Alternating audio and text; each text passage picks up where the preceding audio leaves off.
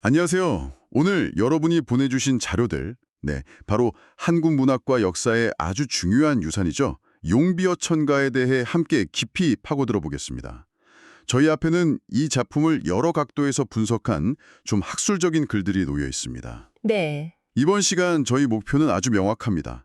용비어 천가가 도대체 뭐냐, 어떤 배경에서 누가 만들었고 그 125장이나 되는 내용은 또 어떻게 짜여 있으며 궁극적으로 왜 만들었고 오늘날 우리에게는 어떤 의미가 있는지 그 핵심을 한번 제대로 파악해보는 겁니다.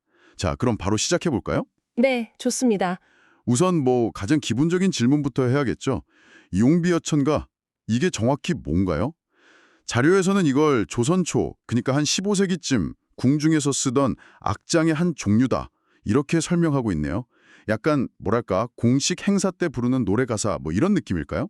네, 그 시작은 맞습니다.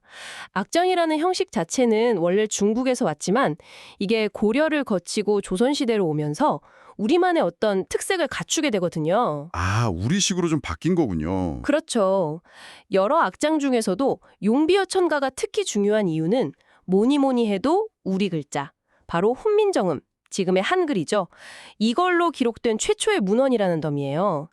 이 사실 하나만으로도 이건 언어학적으로는 정말 기념비적인 작품이라고 할 수 있죠. 우리 글로 쓰인 첫 번째 책이라. 와, 진짜 역사적인 순간이었겠네요. 근데 자료를 보니까 이게 그냥 단순한 기록물은 아니었던 것 같아요. 첫 문헌인데 그 내용이 조선 왕조 창업을 막 찬양하는 서사시다. 이러니까 시작부터 뭔가 좀 뚜렷한 목적이 있었던 거 아닐까요? 아, 네. 아주 중요한 지적이세요. 말씀하신 대로 용비어 천가는 단순 문학 작품이나 언어 기록, 이걸 넘어서는 겁니다. 처음부터 명확한 목적을 가지고 기획된 세종대왕의 명으로 편찬된 장편 서사시예요. 여기 제공해 주신 자료들에서도 다 공통적으로 강조하는 부분이고요. 네네. 주된 내용은 조선을 세운 태조 이성계, 그리고 그 윗대 할아버지 네 분, 목조, 익조, 도조, 환조, 그리고 아들인 태종까지 이 6분을 보통 육룡이라고 부르잖아요. 네, 육룡. 이분들의 어떤 영웅적인 행적이나 덕 같은 걸 기리는 거죠. 그 업적을 칭송하면서 새로 세워진 이 왕조가 정당하다, 이걸 널리 알리려고 했던 겁니다. 그렇군요. 이 언어학적인 의미랑 정치적인 목적, 이 두 가지가 처음부터 아주 그냥 얽혀 있었다. 이 점이 되게 흥미롭네요. 총 125장이나 된다고 하니까 와, 분량도 진짜 많은데요. 이런 대작이 어떻게 만들어졌는지 그 과정도 좀 궁금해요. 개인이 만들기엔 너무 큰 작업이었을 것 같은데? 네, 맞습니다. 이건 개인이 아니라 국가 차원에서 진행된 아주 큰 프로젝트였어요. 자료에 그 과정이 상세하게 나와 있는데요. 시작은 세종 24년, 그러니까 1442년입니다. 임금의 명을 받은 권제, 정인지, 안지 같은 당대의 핵심 인물들이 이 편찬의 주축이 됐죠. 이야, 이름만 들어도 정말 무게감이 느껴지는 분들이네요. 그렇죠. 근데 여기서 끝이 아니에요. 그 이후에 최항, 박팽년, 신숙주 같은 그 유명한 지편전 학자들 있죠? 젊고 아주 뛰어난 학자들이 대거 참여해서 내용을 검토하고 수정하고 보완하는 작업을 또 거칩니다. 아, 팀 프로젝트였군요. 딱 편집, 교정, 감수까지 다 들어간 아주 복합적인 과정이었던 거죠. 자료에 따르면 이렇게 여러 단계의 협업과 검토를 거쳐서 최종적으로 완성된 게 세종 29년 1447년 2월이라고 해요. 총 10권 5책 형태로 나왔다고 하고요. 시작부터 완성까지 보면 꼬박 5년 이상이 걸린 대규모 사업이었던 셈이죠. 당대 최고의 지성들이 5년 이상 매달린 국가 프로젝트라. 야, 이 사실 자체가 용비어 천가에 얼마나 큰 의미를 부여했는지 그냥 딱 보여주네요. 단순한 문학작품 창작, 이걸 넘어서 정말 국가적인 의지를 담은 작업이었다. 이렇게 봐야겠어요. 정확히 보셨습니다. 네. 편찬 과정의 규모나 참여 인물들의 면면, 또 걸린 시간, 이 모든 게 이 작품이 그냥 노래 가사 모아놓은 게 아니라 조선 왕조의 이념이랑 정통성을 딱 집대성하려고 했던 그런 국가적인 의지의 산물이었다는 걸 증명하는 거죠. 자, 그럼 이제 그 결과물 125장의 내용을 좀 더 자세히 들여다보죠. 이 방대한 이야기가 어떤 틀 안에 담겨 있을까요? 혹시 그냥 시간 순서대로 여섯 임금 이야기를 쭉 나열한 건가요? 아니면 다른 방식이 있나요? 자료를 보면 그렇게 단순하지는 않아요. 아주 치밀하고 의도적인 구조를 가지고 있다는 점이 드러납니다. 크게 보면 세 부분으로 나눌 수 있는데요. 세 부분요? 네. 첫째로 제1장이랑 제2장은 서시라고 해서 작품 전체의 서막, 시작 부분에 해당해요. 아마 많은 분들이 들어보셨을 법한 유명한 구절 있죠? 뿌리 깊은 나무는 바람에 아니 미을세, 꽃 좋고 여름 하나니. 또 샘이 깊은 물은 가뭄에 아니 그칠세, 내가 되어 바다에 가나니 하는 부분이 바로 이 서시입니다. 조선 왕조가 영원히 번성하길 바라는 그런 상징적인 내용이죠. 아, 그 유명한 비유가 용비어 천가의 시작이었군요. 진짜 귀에 익은 구절인데 그 출처를 오늘 확실히 알게 되네요. 네, 그렇죠. 그 다음이 이제 제3장부터 제110장까지인데 여기가 본사, 그러니까 본론에 해당합니다. 여기가 바로 그 육룡, 목조부터 태종까지 6조상의 구체적인 행적과 업적을 노래하는 핵심 부분이에요. 네. 근데 여기서 흥미로운 점이 뭐냐면 단순히 우리 조선 이야기만 하는 게 아니라 각 장마다 관련된 중국의 역사적 인물이나 사건, 그러니까 고사를 끌어와서 비교하거나 연결시킨다는 점이에요. 아, 중국 이야기랑요? 네, 자료에 따르면 대부분의 장이 우리말 노래 부분이랑 그걸 좀 부연 설명하거나 격을 높여주는 한시 부분으로 이렇게 짝을 이루고 있다고 해요. 우리 조상들의 이야기를 중국 역사 속 영웅담하고 이렇게 나란히 놓았다. 이 말씀이시군요. 듣는 사람이 자연스럽게 아, 조선 왕조도 그만큼 대단하구나. 이렇게 생각하게 만들려는 그런 장치였겠네요. 상당히 영리한 구성인데요. 맞습니다. 당시 동아시아 문화권에서 중국 역사가 가지는 어떤 권위 같은 게 있었잖아요. 그걸 활용해서 조선 건국의 정당성이랑 왕조의 위상을 아주 효과적으로 부각시키려는 그런 전략적인 선택이었을 겁니다. 그리고 마지막으로 제110장부터 제125장까지는 결사라고 불립니다. 여기서는 앞에서 이야기한 조상들의 위대한 업적을 다시 한번 되새기면서 앞으로 왕위를 이을 후대 왕들에게 왕조를 굳건하게 유지하고 발전시키려면 어떻게 해야 한다. 이런 교훈이나 경계의 메시지를 전달하면서 마무리를 짓죠. 서론, 본론, 결론 구조가 아주 명확하네요. 그런데 아까 본사 부분이 단순한 시한 순서는 아니라고 하셨잖아요. 내용 배열에 뭔가 특별한 점이 있는 건가요? 그 점이 용비어 첨가의 성격을 이해하는 데 아주 중요합니다. 자료에서도 이 부분을 좀 상세하게 분석하고 있는데요. 이 본사의 내용 배열은 엄격하게 연대기 순서를 따르지 않아요. 아, 그래요? 네, 오히려 어떤 특정 주제나 의미를 강조하기 위해서 관련된 사건들을 시간 순서랑 관계없이 막 묶어서 제시하는 경우가 많습니다. 예를 들자면 조선 건국이 이게 그냥 사람의 뜻이 아니라 하늘의 뜻에 따른 필연적인 결과다. 이걸 보여주려고 여러 가지 징조라던가 상서로운 일화 같은 것들을 막 모아서 제시하는 방식이죠. 아, 뭔가 증거 모음처럼? 그렇죠. 이걸 학술적으로는 부험설이라고도 하는데요. 쉽게 말하면 이 모든 게 다 예견된 일이었다는 식의 증거들을 모아서 보여주는 거예요. 마치 요즘에도 어떤 일이 딱 벌어지고 나면 과거의 사소한 일들을 그게 복선이었어. 이렇게 해석하는 거랑 좀 비슷하다고 할까요? 아하, 그러니까 역사적 사실을 그냥 객관적으로 기록하는 데 초점을 맞춘 게 아니라 조선 건국은 정당하고 필연적이었다. 이 핵심 메시지를 가장 효과적으로 전달하기 위해서 이야기의 순서나 강조점을 아주 의도적으로 조절했다. 이런 말씀이시군요. 일종의 서사적인 편집 전략이네요. 정확합니다. 바로 그 의도적인 재구성이야말로 용비어 첨가가 단순한 역사 기록이나 문학 작품을 넘어서 왕조의 정통성을 세우고 딱 굳건히 하려는 그런 뚜렷한 정치적 목적 아래서 탄생한 텍스트라는 걸 보여주는 강력한 증거가 되는 거죠. 그렇다면 결국 이 거대한 프로젝트의 최종 목적지, 그 핵심은 정치적인 정당성 확보에 있었다. 이렇게 봐야겠군요. 네, 자료들이 공통적으로 지적하는 핵심이 바로 그거예요. 새로 세워진 조선 왕조, 그리고 이씨 가문이 다스리는 것이 지극히 정당하다. 그리고 이건 인간의 힘만이 아니라 하늘의 뜻, 즉 천명에 따른 거다. 이걸 백성들하고 후대 왕들에게 설득하고 각인시키려는 목적이 제일 컸습니다. 우리의 통치는 우연이나 힘으로 얻은 게 아니고 하늘이 정한 운명이다.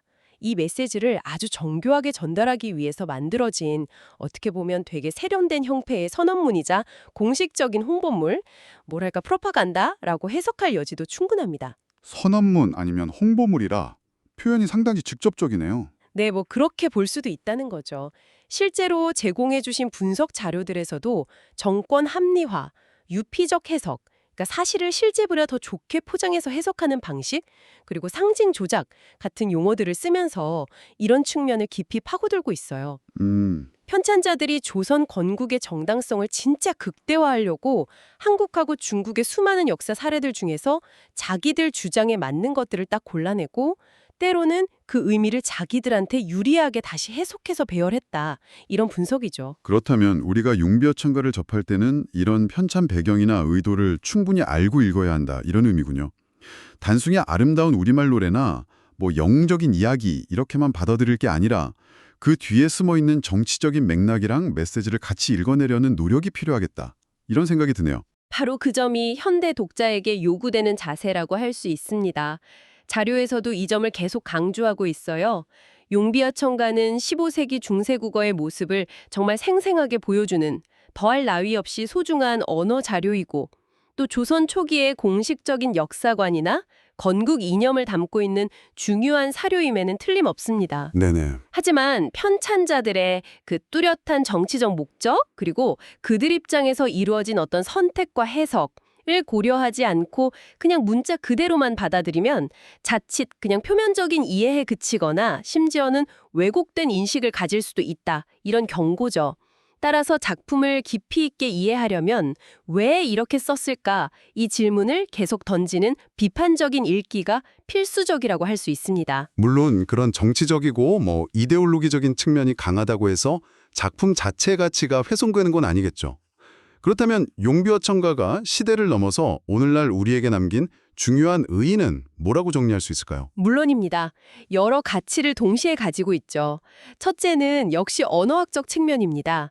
아까도 강조했지만 훈민정음 창제 직후 우리말의 모습을 가장 체계적이고 풍부하게 담고 있는 정말 복고예요. 당시의 어휘, 문법, 표기법 이런 걸 연구하는 데 있어서는 대체 불가능한 독보적인 자료죠. 네, 첫 번째 가치군요. 둘째는 역사학적 가치입니다.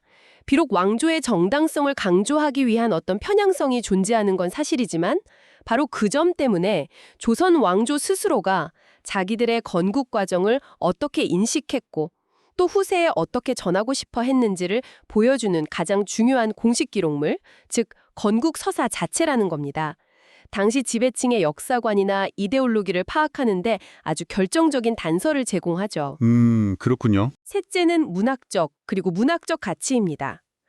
서사시로서의 어떤 문학적인 구성미도 상당히 뛰어날 뿐만 아니라 아까 말씀드린 뿌리 깊은 나무, 샘이 깊은 물 같은 구절들은요.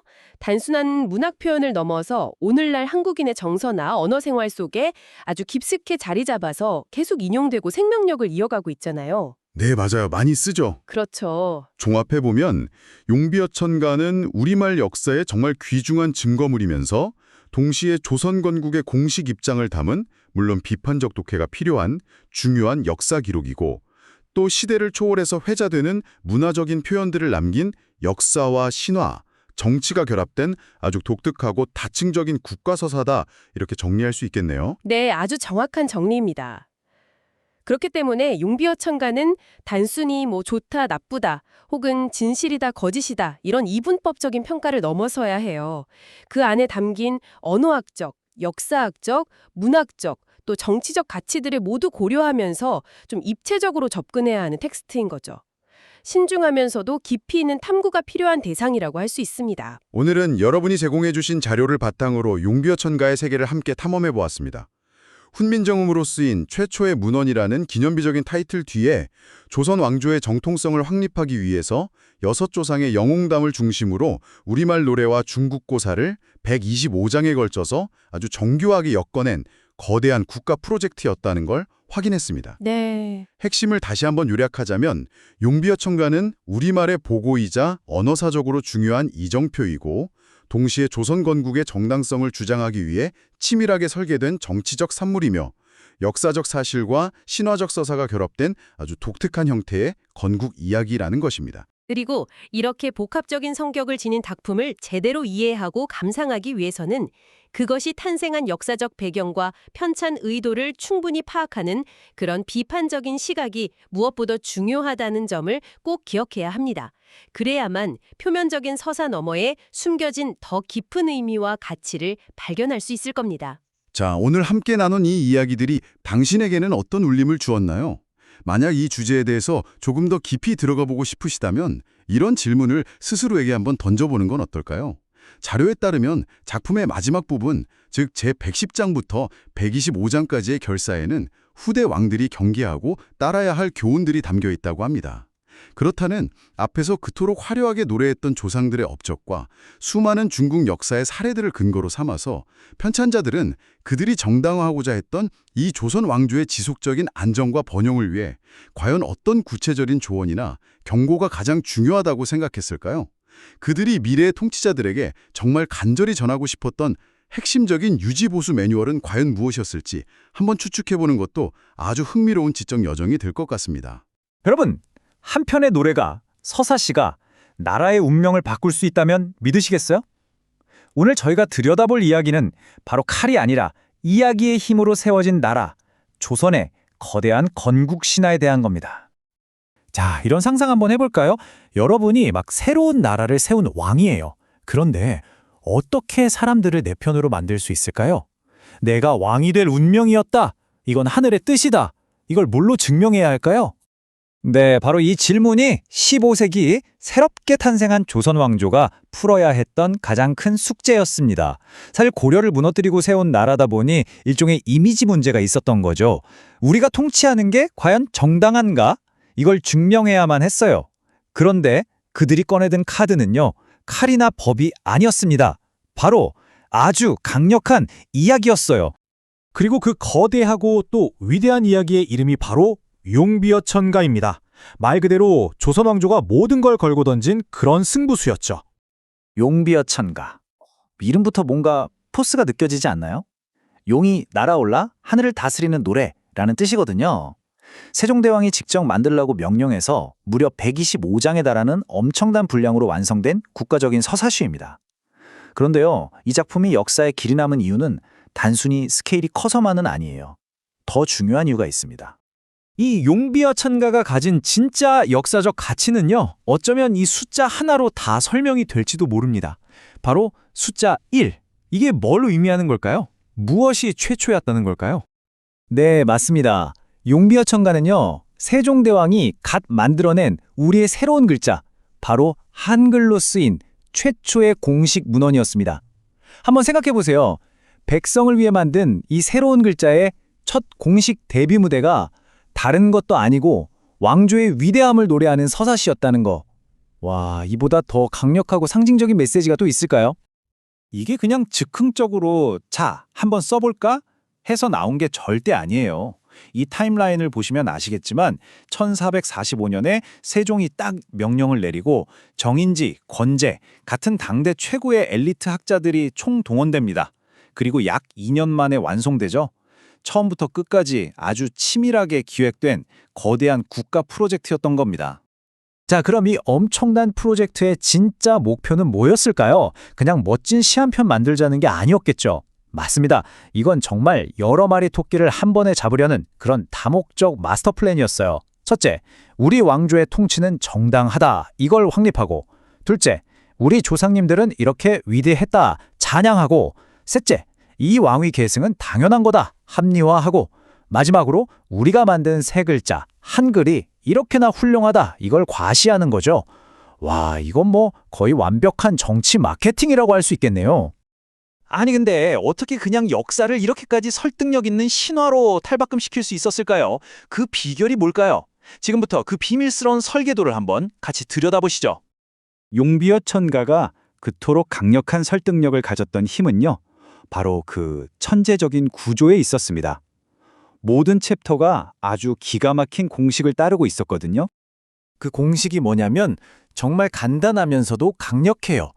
먼저 당시 사람들이 모두가 우러러보던 중국의 위대한 황제나 영웅의 이야기를 딱 하나 가져옵니다.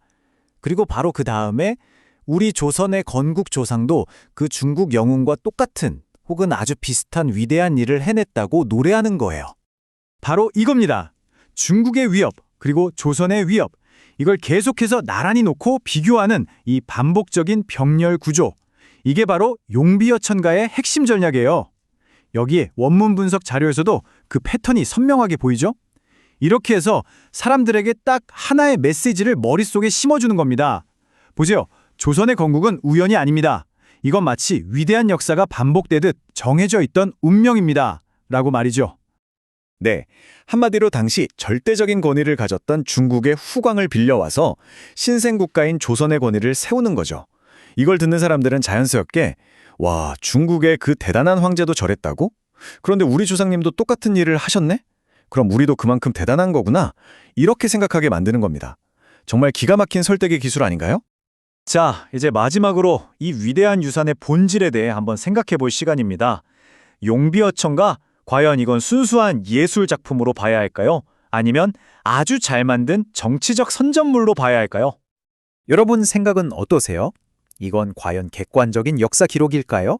아니면 뚜렷한 정치적 목적을 가진 선전물이었을까요? 사실 정답은 둘 다입니다.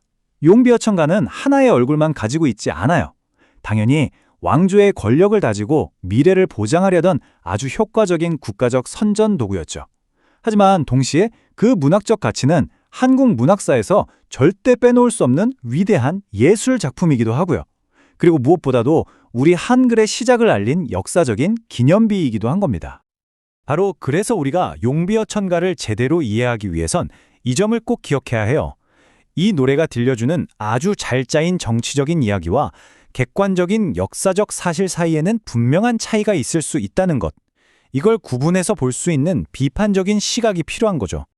그래서 결론을 내리자면 용비어천가는 아마 이렇게 요약할 수 있을 것 같아요. 역사라는 객관적 사실에 운명이라는 거부할 수 없는 의미를 입히고 그걸 또 아름다운 운율로 포장해서 사람들의 마음을 사로잡은 시대를 초월한 정치적 설득의 걸작이라고요. 자, 600년도 더 된 이 옛날 이야기가 오늘날 우리에게도 꽤 흥미로운 질문을 던지는 것 같아요. 지금 우리가 살고 있는 이 시대, 우리가 당연하게 생각하는 것들 속에는 과연 어떤 만들어진 이야기, 어떤 건국 신화가 숨어 있을까요? 어쩌면 우리가 굳게 믿고 있는 모든 것의 시작점에도 이처럼 아주 잘 만들어진 하나의 이야기가 자리 잡고 있는 건 아닐까요?